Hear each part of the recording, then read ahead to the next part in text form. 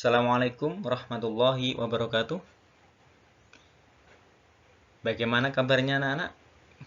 Masih tetap semangat dalam belajar? Alhamdulillah. Pada kesempatan kita kali ini, kita akan belajar sejarah kebudayaan Islam kelas 9.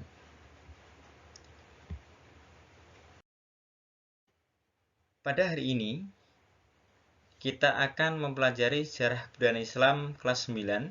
Adapun materi yang pertama di bab pertama ini adalah kondisi masyarakat Indonesia sebelum Islam.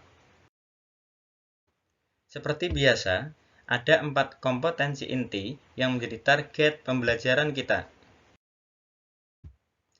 Begitu juga dengan kompetensi dasar. Dari kompetensi dasar tersebut, kita akan mengerucut lagi kepada indikator pencapaian kompetensi, dan di sini dikhususkan untuk menganalisis kondisi masyarakat Indonesia sebelum Islam. Baiklah anak-anak, kita langsung masuk saja kepada materi kondisi masyarakat Indonesia sebelum Islam. Secara geografis, wilayah Indonesia terdiri dari beribu pulau yang terbentang dari Sabang sampai Merauke. Memiliki aneka suku bangsa, adat istiadat, seni dan budaya, serta masyarakat yang lemah lembut tutur bahasa dan budi pekertinya. Indonesia juga kaya akan sumber daya alam, baik biotik maupun abiotik. Tanahnya yang subur, ibarat negeri Zamrud Khatulistiwa.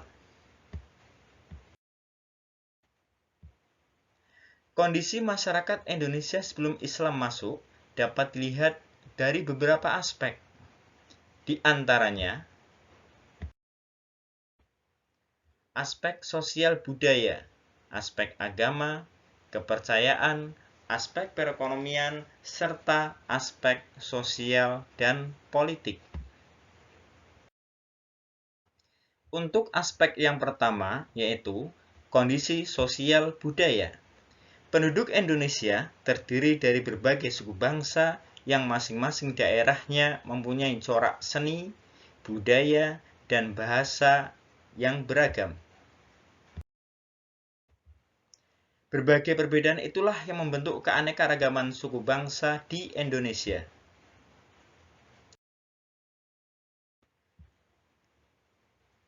Dari beberapa suku itu, di antaranya ada suku Batak, suku Melayu, suku Sunda, Jawa, Madura, Betawi, Bugis, Asmat, Dayak, dan lain sebagainya.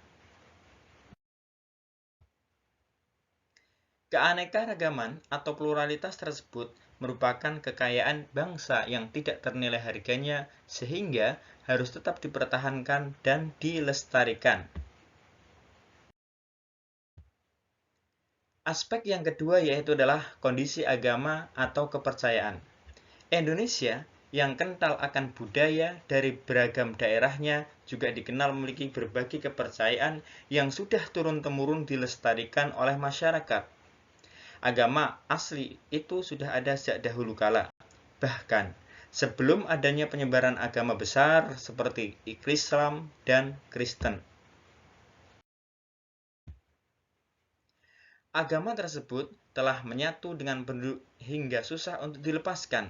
Di antara agama-agama tersebut adalah Sunda Wiwitan, Kejawen, Marapu, Ugamo Malim, maupun Kaharingan. Agama Sunda Wiwitan merupakan sebuah agama yang dianut kelompok masyarakat Sunda sejak ratusan tahun yang lalu. Bahkan, sebelum agama Hindu dan Buddha masuk ke negeri ini, ajaran Sunda Wiwitan sudah ada dan berkembang di masyarakat.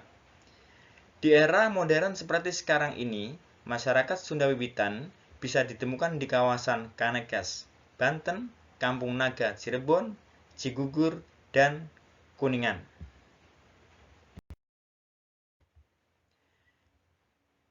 Yang kedua adalah Kejawen. Kejawen adalah sebuah kepercayaan yang telah dianut oleh masyarakat Jawa sejak lama.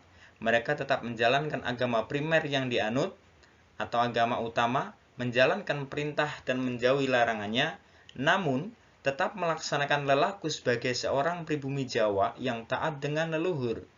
Penganut kejawen selalu mengatakan bahwa kepercayaan ini bukanlah agama, meski memiliki beberapa lelaku yang menjadi ciri khas sebuah agama. Kepercayaan kejawen memiliki beberapa misi dalam ajarannya. Mereka harus melaksanakan 4 hal wajib saat hidup. Seorang Jawa harus bisa membagi rahmat bagi dirinya sendiri, lalu mereka juga harus bisa membagi rahmat bagi keluarga, menjadikan manusia sebagai rahmat bagi sesama dan juga bagi alam semesta. Agama Marapu. Marapu merupakan agama asli Pulau Sumba yang telah ada sejak ratusan tahun yang lalu. Orang dengan agama ini melakukan pemujaan kepada nenek moyang yang telah meninggal. Agama Ugamo Malim. Ugamo Malim merupakan agama asli dari suku Batak di kawasan Danau Toba. Saat ini, agama ini telah dipeluk oleh 35 generasi suku Batak. Artinya, agama ini telah ada sejak 800 tahun lalu. Saat ini, pemeluk agama ini hanya bersisa sekitar 10.000 orang saja di kawasan Sumatera. Kaharingan. Ini merupakan salah satu agama asli Indonesia yang berasal dari Kalimantan. Suku Dayak banyak menganut agama ini sejak lama sebelum agama-agama besar diakui oleh pemerintah. Agama Kaharingan dimasukkan ke dalam ajaran agama Hindu pada tahun 1980 karena ada kemiripan tradisi dan lelakunya. Selain dari agama-agama yang sudah tersebut di atas, masyarakat Indonesia sebelum Islam datang juga sudah memeluk agama Hindu dan Buddha. Sedangkan menurut orientalis barat, kepercayaan yang dianut masyarakat Indonesia sebelum Islam adalah kepercayaan nenek moyang, yaitu animisme dan dinamisme. Animisme merupakan pemujaan terhadap roh leluhur, sedangkan dinamisme merupakan sebuah kepercayaan terhadap benda-benda tertentu yang memiliki kekuatan magis, sehingga benda itu dikultuskan atau dikeramatkan. Kondisi perekonomian. Kondisi perekonomian masyarakat Indonesia sebelum Islam datang. Penduduk Indonesia sebelum Islam memiliki berbagai mata pencaharian. Di antara mereka ada yang berdagang, bercocok tanam, beternak, serta menjadi nelayan. Penduduk Indonesia mayoritas bercocok tanam, terutama yang tinggal di pedalaman.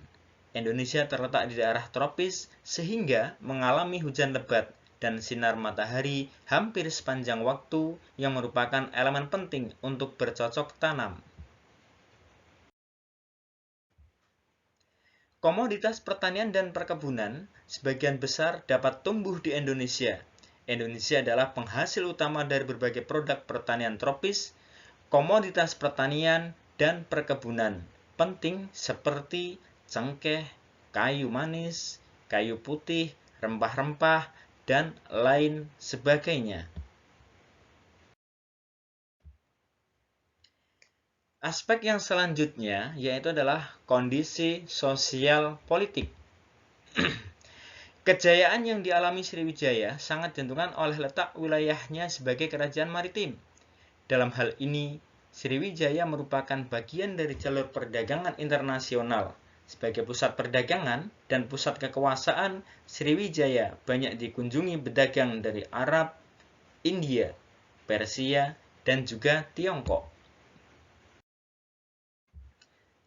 Namun, memasuki abad 13, Sriwijaya menunjukkan tanda-tanda kemunduran. Kekayaan alamnya kalah dengan sumber daya alam yang ada di Pulau Jawa. Untuk menyiasati hal itu, Sriwijaya menerapkan bea cukai yang mahal bagi kapal-kapal yang berlabuh. Tindakan ini justru sangat merugikan Sriwijaya. Karena apa? Karena kapal-kapal asing mencoba menghindar untuk berlabuh di Sriwijaya. Kemunduran Sriwijaya diperparah dengan serangan kerajaan Singasari dari Jawa melalui ekspedisi Pamalayu. Melalui ekspedisi tersebut, supremasi kerajaan Singasari dapat ditancapkan di bekas wilayah Sriwijaya di Sumatera. Setelah Singasari berkuasa, kemudian muncullah Majapahit sebagai kerajaan yang memiliki kekuatan dan pengaruh lebih besar. Kemunculan Majapahit ini semakin memperlemah kedudukan Sriwijaya. Majapahit pernah tampil sebagai supremasi kekuasaan di wilayah Indonesia setelah Sriwijaya runtuh. Kejayaan Majapahit terjadi pada masa pemerintahan Raja Hyam Wuruk beserta patihnya yang terkenal yaitu Gajah Mada. Dengan Sumpah Palapa, Gajah Mada melakukan perluasan wilayah secara luar biasa. Majapahit kemudian mengalami kemunduran yang banyak disebabkan oleh adanya konflik internal. Pada tahun 1478, Majapahit mengalami keruntuhan. Demikianlah pemaparan materi kondisi masyarakat Indonesia sebelum Islam. Sekian dari saya. Kemudian untuk memperkuat daya ingat kita, silahkan setelah slide berikut ini, ada beberapa soal uji kompetensi yang bisa kalian kerjakan. Selamat mengerjakan.